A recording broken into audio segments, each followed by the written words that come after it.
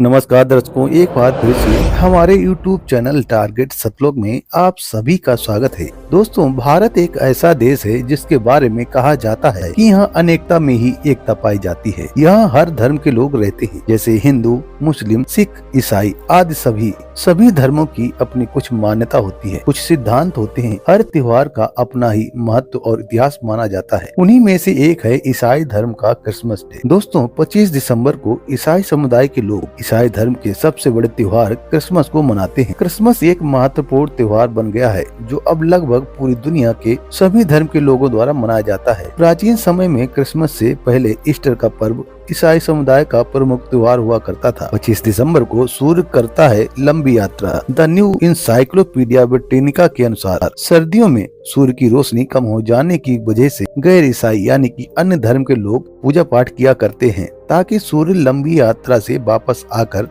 उन्हें ऊर्जा और रोशनी प्रदान करे। इस दिन सूर्य के लंबी यात्रा से लौटकर आने की खुशी भी मनाई जाती है। 25 दिसंबर से मकर संक्रांति का दौर भी शुरू हो जाता है, जिसकी शुरुआत को ईसाई लोग क्रिसमस डे कहते हैं। तो आइए अब जानते हैं कि कैसे शुरू हुई क्रिसमस को त्योहार रूप में मनाने की परंपरा। क्रिसमस के दिन को ईसाई धर्म को मानने वाले ईसा मसीहा का जन्मदिन मनाते हैं। मान्यताओं के मुताबिक यीशु मसीह का जन्म बैतलहम में मां मैरी और पिता जोसेफ पर हुई संदेशवाहक भविष्यवाणियों के अनुसार हुआ था। हालांकि यीशु के जन्म की तारीख को लेकर कई मतभेद आज भी बने हुए हैं, लेकिन अधिकतर लोगों द्वारा इसे 25 दिसंबर के दिन ही मनाया जाता है। क्रिसमस के त्योहार में सेंटा क्लॉज का विशेष महत्व है। दरअसल सेंटा क्लॉज उर्फ सेंट निकोलस 4वीं शताब्दी के एक ईसाई संत थे।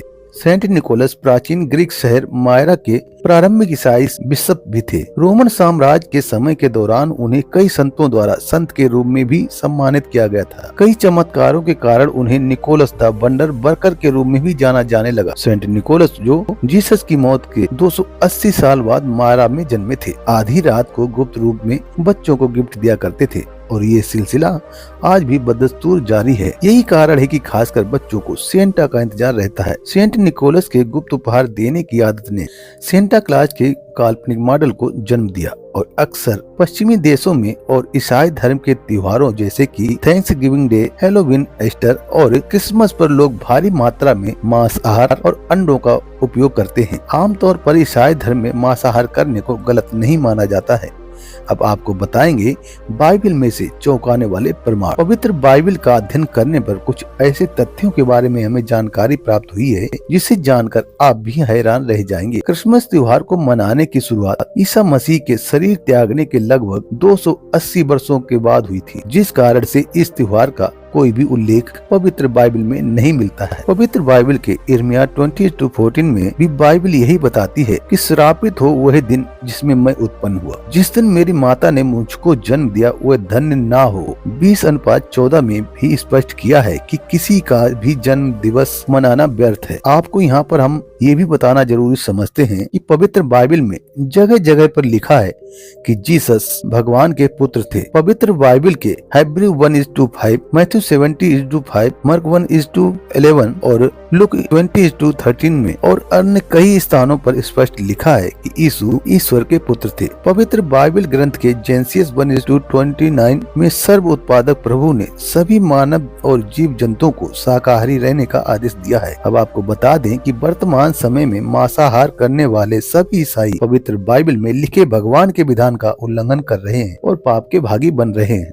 ईसा मसीहा जी के बारे में पूर्ण परमात्मा कबीर साहब जी बताते हैं कि वही महादेव, वही मोहम्मद, ब्रह्म आदम कहे, कोई हिंदू कोई तुर्क कहे के एक जमीन पर रहे। वही मोहम्मद की, वही महादेव, वही आदम, वही ब्रह्मा, दास गरीब दूसरा कोई नहीं, देख आपने घर में। पूर्ण परमात्मा कबीर साहब जी बताते हैं कि पवित्र मुसलमान धर्म के प्रवर्तक हजरत मोहम्मद जी शिव जी के लोक से आए थे। वे शिव जी के अवतार गण थे। वहीं यहूदी धर्म के प्रवर्तक हजरत बाबा आदम जी ब्रह्मा जी के लोक से आए थे। वो उनके अवतार गण थे और पवित्र ईसाई धर्म के प्रवर्तक ईसा मसीहा जी विष्णु लोक से आए थे और वो विष्णु जी के अवतारगण थे। ईसा जी को पूर्ण परमात्मा कबीर साहिब जी अपने निज धाम सतलोक से आकर मिले थे। तभी से वह कहने लगे कि गॉड इज वन। लोगों ने उनका बहुत विरोध किया, फिर भी वे अपने मार्ग से विचलित नहीं हुए, परंतु बीच बीच में काल निरंजन यानी कि शैतान के फरिश्ते हजरत ईसा को विचलित करते रहे तथा वास्तविक ज्ञान को दूर रखा। जब यीशु बड़ा हुआ तो उनके शरीर में आत्माएं प्रवेश करती थी और वो भविष्यवाणियां करती थी और चमत्कार करती थी। यीशु ने एक भगवान के बारे में उपदेश दिया और जैसे जैसे यीशु अपना प्रचार करते गए भीड़ बढ़ती गई और वे उसे दाऊद का पुत्र और मसीहा कहने लगे। हजरत यीशु के जीवन काल में उन्होंने जो भी चमत्कार किए वे पहले से ही निर्धारित थे। इन 21 ब्रह्मांड के मालिक ज्योति निरंजन काल, जिसे ईसाई योबा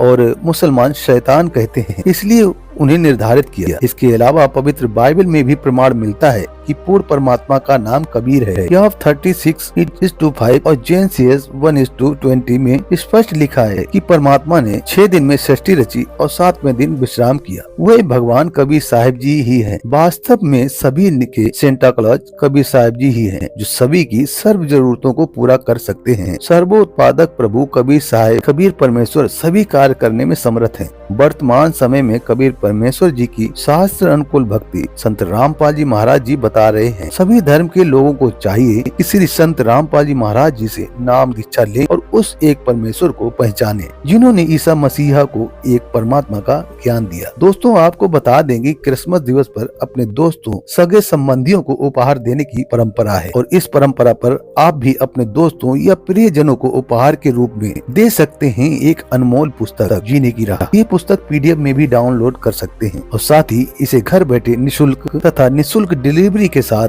7496801825 पर मैसेज करके मंगवा सकते हैं। अधिक जानकारी के लिए प्ले स्टोर से संत रामपाल जी महाराज ऐप को डाउनलोड करके आध्यात्मिक ज्ञान का लाभ उठा सकते हैं। आध्यात्मिक ज्ञान की संपूर्ण जानकारी के लिए तथा संत रामपाल जी महाराज द्वारा लिखित पुस्तक निशुल्क पाने के लिए 7496801823 इस नंबर पर भी अपना नाम, मोबाइल नंबर तथा पते को व्हाट्सएप मैसेज कर सकते हैं और हमारे विभिन्न चैनल नेपाल वन पर सुबह 6 से 7 बजे और श्रद्धा MH1 पर दोपहर 2 बजे और शाम 7:30 से 8:30 साधना चैनल पर तथा 8:30 से 9:30 बजे तक ईश्वर चैनल पर भी संत रामपाल जी महाराज के अमृत वचन सुन सकते हैं। इसके अलावा आप YouTube चैनल संत रामपाल जी महाराज पर भी ईसाई धर्म की संपूर्ण जानकारी प्रमाणों के साथ देख सकते हैं और इसके साथ साथ आप वेबसाइट supremegod.org या www.jagatgururampalji.org पर भी विजिट कर सकते हैं। धन्यवाद।